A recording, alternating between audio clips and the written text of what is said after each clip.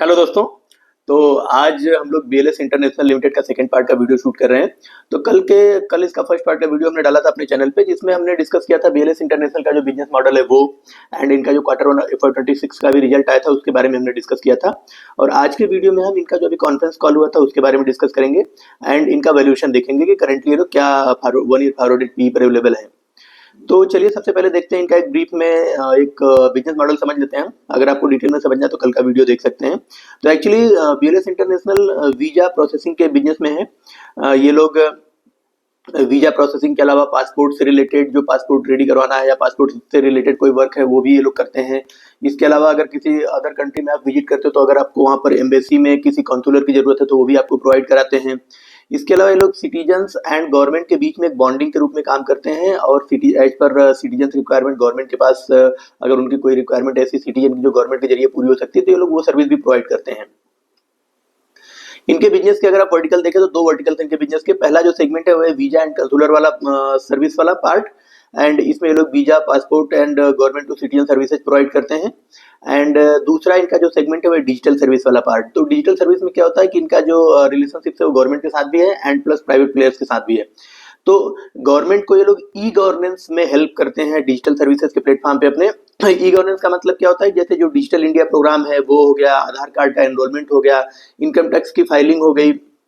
इसके अलावा जो ऑनलाइन पासपोर्ट सेवा केंद्र वाली जो सर्विसेज है वो सारा का सारा ये लोग प्रोवाइड करते हैं, गवर्नमेंट को फैसिलिटेट करते हैं। एंड दूसरा सेगमेंट जो इनका है डिजिटल सर्विसेज में, वो इनका ये लोग बिजनेस करेस्पॉन्डेंट प्रोवाइड कराते हैं। बिजनेस करेस्पॉन्डेंट क्या होता है, जैसे दूर दराज के एरिया होते हैं, ऐसे ग्रामीण एरिया होते हैं जहाँ पर कि कोई भी बैंक अपनी ब्रांच नहीं खोलना चाहती, अपनी मेन ब्रांच वहाँ पर नहीं खोलना चाहती, तो वो लोग क्या करते हैं कि इन जैसी कंपनी के साथ ये लोग अपना टाई अप करते हैं और ये क्या करेंगे कि वहाँ पर अपना एक बिजनेस करेस्पॉन्डेंट वहाँ पर डिप्यूट कर देते हैं उस ग्रामीण एरिया में जहाँ पर नंबर ऑफ पीपल कम है या फिर जहाँ पर नंबर ऑफ फैसिलिटीज कम है। तो वो क्या करेगा, वहाँ पर बैंकिंग से रिलेटेड सारी फैसिलिटीज प्रोवाइड करेगा। इधर वो अकाउंट ओपनिंग हो, पासबुक अपडेट करना हो, या फिर आपको पैसे निकालने या जमा करने हो, ट्रांजेक्शन करना हो, या फिर आपको केवाईसी अपडेट करना हो, इससे रिलेटेड सारी फैसिलिटी वो जो आपका बिजनेस अटेंडेंट वहाँ पर प्रेजेंट है वो करता है, कंज्यूमर को प्रोवाइड करता है।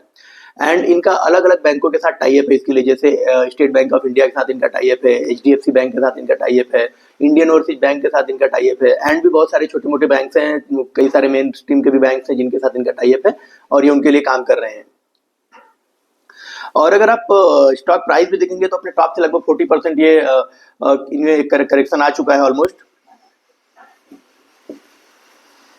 तो चलिए अब इनका कॉन्फ्रेंस कॉल देखते हैं कि इन्होंने अपने कॉन्फ्रेंस कॉल में क्या बोला है। तो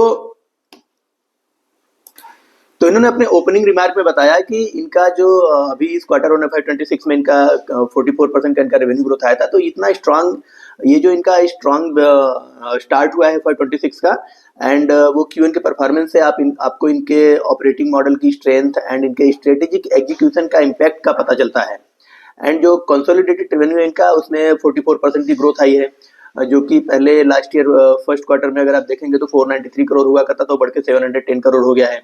एंड ये जो पूरा ग्रोथ आया है वो इनके एग्जिस्टिंग बिजनेस प्लस इन्होंने अपनी कुछ सब्सिडरी कंपनी थी, जिन सब्सिडरी नहीं थी, कुछ ऐसी कंपनी थी जिनके साथ ये पार्टनरशिप में पहले काम करते थे। उसमें एक कंपनी थी आई डाटा, एंड जो वीजा प्रोसेसिंग में इनकी हेल्प करती थी। दूसरी कंपनी थी सिटीजनशिप इन्वेस्ट, जो कि किसी अदर कंट्रीज की अगर सिटीजनशिप लेनी है तो उसमें उस वाले बिजनेस में इनकी हेल्प करती थी।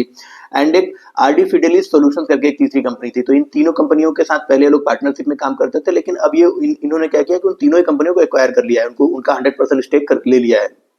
तो इनका जो ग्रोथ आया है 44% का, वो इनके एग्जिस्टिंग बिजनेस से प्लस इनके जो एक्वायर्ड बिजनेस है, जो तीनों कंपनियां इन्होंने एक्वायर्ड की है उनके बिजनेस की वजह से आया है।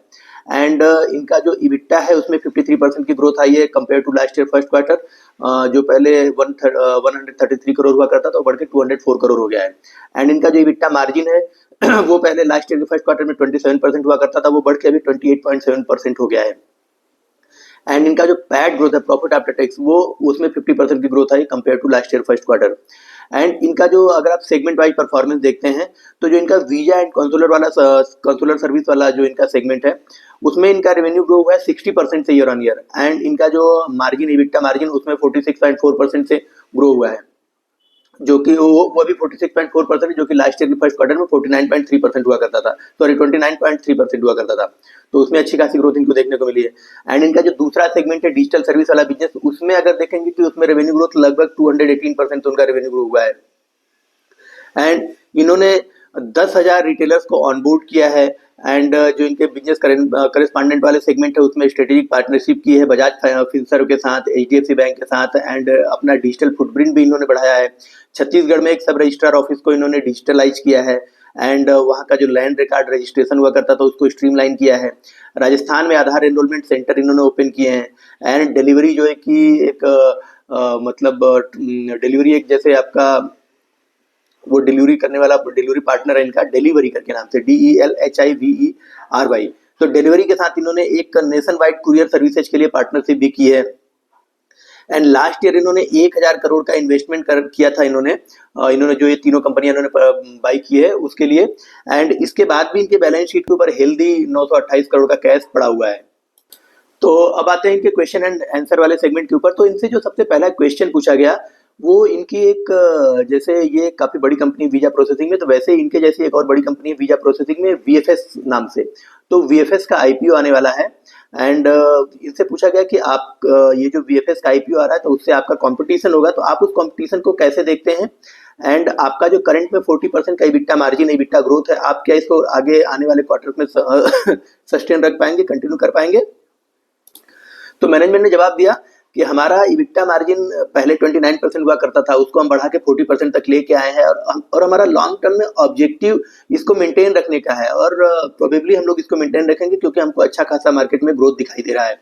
एंड हम लोग ओनली लिस्टेड कंपनी है इस पूरे सेगमेंट में, पूरे वीजा प्रोसेसिंग वाले सेगमेंट में। और अगर कोई और कॉम्पिटिटर अगर हमारा लिस्टेड होता है तो ये हमारे लिए एक अच्छी खबर है। क्यों? क्योंकि हमको फिर बेंचमार्क के रूप में लिया जाएगा। हमारे परफॉर्मेंस से जो दूसरे और प्लेयर्स जो लिस्ट होंगे उनके परफॉर्मेंस को कंपैरिजन किया जाएगा, जो कि हमारे लिए काफी अच्छा होगा और हम और अच्छा परफॉर्म करने के लिए आगे मोटिवेट होंगे। देन अगर आप देखें कि हमारा जो रेवेन्यू है पिछले 5 साल में लगभग 5x हो गया है, 5 गुना हो गया है। एंड जो हमारा इबिट्टा है, इबिट्टा पिछले 5 सालों में 15x हो गया है, मीन्स 15 गुना हो गया है। एंड हमारा पूरा फोकस एग्जीक्यूशन के ऊपर है और हमें पता है कि हम जो नंबर हमने अभी तक अचीव किया है उसको हम आगे मेंटेन रख सकते हैं, कंटिन्यू भी रख सकते हैं। एंड हमारा आगे 3 से 4 सालों का जो ग्रोथ है वो लगभग हम लोग 20 to 25% के रेट से revenue wise and profitability wise हम कंटिन्यूसली ग्रोथ करते रहेंगे। एंड बहुत सारे ऐसे टेंडर्स हैं जो कि हमने बिड करके रखे हैं और कुछ टेंडर्स हमें मिल गए हैं, कुछ पर हमने काम शुरू कर दिया है, कुछ अंडर प्रोसेस हैं। तो ये एक इस वीजा प्रोसेसिंग के सेगमेंट में काफी अच्छा ग्रोथ स्कोप हमको दिखाई देता है और कंटिन्यूसली हम टेंडर बिड कर रहे हैं, एग्रेसिवली टेंडर बिड कर रहे हैं एंड विन भी कर रहे हैं। तो अगर Q1 में अगर आप देखें क्वार्टर 1 में तो हमको लगभग 11.4 लाख वीजा प्रोसेसिंग के लिए एप्लीकेशंस मिले हैं, जो कि अगर कंपेयर करेंगे लास्ट ईयर के फर्स्ट क्वार्टर से तो लगभग 33% ज्यादा है। आगे इन्होंने बताया कि इन्होंने सिटीजनशिप इन्वेस्ट जो कंपनी है उसमें 100% स्टेक इन्होंने एक्वायर कर लिया है। पहले ये लोग केवल जो शॉर्ट टर्म वीजाज है एंड जो बिजनेस वीजाज है वही प्रोवाइड किया करते थे, लेकिन जब इन्होंने सिटीजनशिप इन्वेस्ट को एक्वायर कर लिया है तो सिटीजनशिप इन्वेस्ट ये लॉन्ग टर्म वीजाज प्रोवाइड करता था और ये लोग पहले इनके साथ पार्टनरशिप में काम करते थे और सिटीजनशिप इन्वेस्ट इनके लिए लॉन्ग टर्म वीजाज वाले केस हैंडल किया करता था। इन्होंने उनको एक्वायर कर लिया तो अब ये लोग 100% short term visa, business visa and जो लॉन्ग टर्म वीजाज हैं उसके ऊपर ये लोग काम कर रहे हैं। एंड इन्होंने ये भी बताया कि इनका जो डिजिटल सर्विस वाला बिजनेस है उसमें 218% का ग्रोथ आया है इस क्वार्टर में। एंड इनका अगर इसमें सॉरी इबिट्टा ग्रोथ देखेंगे तो वो भी 55% का आया है। अगला क्वेश्चन इनसे इनके मार्जिन को लेकर पूछा गया कि इनका मार्जिन कैसा रहेगा। तो इन्होंने बोला था कि वीजा बिजनेस में हमने पार्टनरशिप बिजनेस से अभी सेल्फ ऑपरेटेड मॉडल की तरफ पूरा मूव कर लिया है, जिससे कि हमारा इबिट्टा मार्जिन में भी ग्रोथ आई है और कंटिन्यूसली हम इसको मेंटेन रखेंगे। आगे जो इन्होंने 3 कंपनियां एक्विजिशन की है उससे इनको कितना रेवेन्यू कंट्रीब्यूशन आता है और उनका कितना मार्जिन रहता है उसके बारे में बताया है। इन्होंने बताया था कि जो उनका एडी फिडेलिस करके कंपनी है, एडी फिडेलिस नाम से, तो उसको इन्होंने एक्वायर किया था। उससे जो रेवेन्यू कंट्रीब्यूशन है इनके रेवेन्यू में लगभग 150 करोड़ का रेवेन्यू कंट्रीब्यूशन इस कंपनी से आता है। एंड इनका मार्जिन 4% का, इनका मार्जिन कम है, केवल 4% का इनका मार्जिन है। एंड जो दूसरी कंपनी सिटीजनशिप इन्वेस्ट नाम से, इससे इनका रेवेन्यू कंट्रीब्यूशन 11 करोड़ का आया इस क्वार्टर में एंड इसमें 30 to 40% का मार्जिन रहता है। एंड जो थर्ड कंपनी है आई डाटा, आई डाटा से इनको 72 करोड़ का रेवेन्यू इस क्वार्टर में ऐड हुआ है इनके टोटल रेवेन्यू में, एंड इसमें अगर मार्जिन देखेंगे तो इसमें भी 30 to 40% का मार्जिन रहता है। एंड इनका जो टोटल रेवेन्यू ग्रोथ हुआ है बाय एक्विजिशन, टोटल एक्विजिशन से इनके रेवेन्यू में टोटल 30 to 35% का रेवेन्यू कंट्रीब्यूशन आया है। एंड इनका अगर जो ये एक्विजिशन है इसमें अगर इबिट्टा मार्जिन देखते हैं तो वो भी लगभग 30% का इबिट्टा मार्जिन इनको उससे मिलता है। आगे उन्होंने बोला कि इनका 90% जो कॉन्ट्रैक्ट्स है वो अभी लास्ट ईयर रिन्यू हुआ है, एंड जो बाकी 10% कॉन्ट्रैक्ट्स है वो भी अगले 2 से 3 साल के अंदर सारा का सारा रिन्यू हो जाएगा। तो इनको अपने बिजनेस में अगले 6 से 7 सालों तक का जो रेवेन्यू विजिबिलिटी है वो क्लियर है, ग्रोथ विजिबिलिटी एकदम क्लियर है कि वो आती रहेगी। और अभी इन्होंने रिसेंटली यूएस गवर्नमेंट के साथ भी कुछ कॉन्ट्रैक्ट्स विन किए हैं जो कि अगले 10 सालों के लिए कंटिन्यू चलते रहेंगे। और अलग अलग इन्होंने आगे बताया कि अलग अलग कंट्रीज की गवर्नमेंट कुछ साल पहले तक 10-20% वीजा प्रोसेसिंग ही आउटसोर्स करती थी, लेकिन अब ये बढ़कर के लगभग 50% हो गया। मींस गवर्नमेंट अभी अब वीजा प्रोसेसिंग का काम खुद नहीं करना चाहती, बल्कि ये काम ये आउटसोर्सिंग करना चाहती है, जिससे बीएलएस इंटरनेशनल जैसी कंपनियों को काफी बेनिफिट है और इनको काफी उसका बेनिफिट मिल भी रहा है। सो इन्होंने बोला कि मार्केट का एक्सपेंशन हो रहा है, मार्केट बढ़ रहा है और हम उसके मेजर बेनिफिशियरी हैं करंटली। और आगे मैनेजमेंट ने ये बोला कि हमको इस लेवल तक पहुंचने में लगभग 20 साल लग गए, इंडस्ट्री में हमारे लगभग 20 साल निकल गए इस लेवल तक पहुंचने में। और जो न्यू प्लेयर्स हैं उनका हम वेलकम करेंगे अगर वो लोग इंडस्ट्री में आते हैं। इस इंडस्ट्री का जो क्वालिफिकेशन क्राइटेरिया है काफी स्ट्रिक्ट है, और हमारा जो मोनोपोलिस्टिक प्लेयर्स के साथ डील करते हैं वो मार्केट को जैसे कि मार्केट काफी एक्सपेंड हो रहा है, गवर्नमेंट नए नए क्लाइंट्स को आउटसोर्स कर रही है, नए नए सर्विसेज को आउटसोर्स कर रही है और नई जियोग्राफीज में आउटसोर्स कर रही है। तो बिजनेस में सेल्फ 14% का सीएजीआर से बिजनेस सेल्फ ग्रो कर रहा है, लेकिन हमारा जो ग्रोथ रेट है वो कंपैरेटिवली मार्केट हमारा जो ग्रोथ रेट है वो मोर देन 30% अभी करंटली चल रहा है पिछले 2 क्वार्टर से, एंड हम आगे 20-25% के रेट से ग्रो करते रहेंगे बिजनेस को। मतलब मींस जो मार्केट का जो ग्रोथ है उसको हम लोग आउटपेस करते रहेंगे। आगे अपने बिजनेस एक्सपेंशन के बारे में इन्होंने बताया कि करेंटली ये लोग 40 अलग अलग कंट्रीज की गवर्नमेंट के साथ काम कर रहे हैं, और इनका जो 70 से ज़्यादा कंट्रीज में इनकी प्रेजेंस है। एंड उसमें अगर देखेंगे मेनली जो कंट्रीज है इटली है, जर्मनी है, स्पेन है, चेक है, पोर्टुगाल है, एंड जो पोलैंड है, हंगरी है। तो इन सारी गवर्नमेंट के साथ ये लोग काम कर रहे हैं, और भी बहुत सारी कंट्रीज है जिनके साथ ये लोग काम कर रहे हैं। और जो कमिंग ईयर्स है उसमें बहुत सारी और कंट्रीज हैं जो कि अपना इस सेगमेंट में अपना टेंडर लेके आएंगी और कॉन्ट्रैक्ट्स भी लेके आएंगी, और हम लोग एक्टिवली बिडिंग कर रहे हैं, एंड ग्लोबली हमारा प्रेजेंस भी है। और हम अपने एग्जीक्यूशन को अगर मेंटेन रखेंगे तो हमको आगे और बिजनेस मिलते रहेंगे, हम और बिजनेस विन या टेंडर विन करते रहेंगे।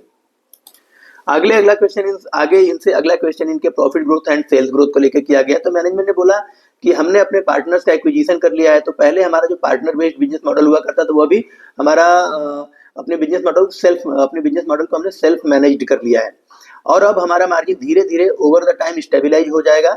एंड जो हमारा जो ग्रोथ है वो लेकिन कंटिन्यूसली बढ़ता ही रहेगा, क्योंकि हम लोग एग्रेसिवली नए कॉन्ट्रैक्ट्स को विन करने की ओर देख रहे हैं और नए कॉन्ट्रैक्ट्स पर के टेंडर हम लोग ले रहे हैं। आगे इनके बीच बैलेंस शीट के ऊपर कुछ एक्स्ट्रा इनकम है, अदर इनकम है, तो उसके बारे में इनसे इन्वेस्टर ने क्वेश्चन किया था। तो इन्होंने आंसर दिया था कि हमारे पास जो कैश हमारे बैलेंस शीट के ऊपर लगभग 1100 करोड़ का कैश पड़ा हुआ है। तो उस कैश को हमने क्या किया कि कुछ कैश का एफडी कर दिया और कुछ डेट फंड में इन्वेस्ट कर दिया। तो वहां से हमको इन्वेस्ट मिला है, वहां से हमको इंटरेस्ट मिला है, और वो इंटरेस्ट हमारे बैलेंस शीट के ऊपर जो अदर इनकम के रूप में आप देख रहे हैं। अगला क्वेश्चन इनसे पूछा गया कि इनका जो लास्ट क्वार्टर वन का रिजल्ट था उसको इस क्वार्टर वन के रिजल्ट से हम कंपेयर कर रहे हैं, लेकिन लास्ट क्वार्टर वन के रिजल्ट में जो आई डाटा जो इन्होंने अभी इस साल एक्वायर कर लिया है, तो उसको लास्ट क्वार्टर वन में वो आई डाटा वो कंपनी एक्वायर नहीं की थी, तो उसका रेवेन्यू लास्ट क्वार्टर वन में ऐड नहीं था। तो अगर उसको हम हटा दें तो हमारा कितना ग्रोथ दिखाई देता है। तो मैनेजमेंट ने बोला था कि अगर हम एप्पल टू एप्पल कंपेयर करें, मीन्स लास्ट क्वार्टर वन में जो विदाउट आई डाटा जो हमारा रेवेन्यू था उसको अगर हम इस बार के आई डाटा के रेवेन्यू को हटा के अगर कंपेयर करें टोटल रेवेन्यू से, तो लगभग हमारा profitability wise and margin and जो रेवेन्यू वाइज उसमें भी दोनों में हमारा लगभग 31% का ग्रोथ आया है। एंड आगे फिर मैनेजमेंट ने अपने ग्रोथ को लेके बताया कि जो ग्लोबल टूरिज्म इंडस्ट्री है वो लगभग 8 to 10% के सीएजीआर से ग्रो हो रही है कंटिन्यूसली, एंड वहां से उसकी वजह से इनको इनका जो वीजा वाला जो बिजनेस है उसमें इनको ग्रोथ आता हुआ कंटिन्यूस इनको मिलता रहेगा। और आगे चलकर ये लोग क्या करने वाले हैं कि ये लोग ट्रेवलर्स को वैल्यू एडेड सर्विसेज भी प्रोवाइड करेंगे और उससे भी इनको ग्रोथ कंटिन्यूसली मिलेगा।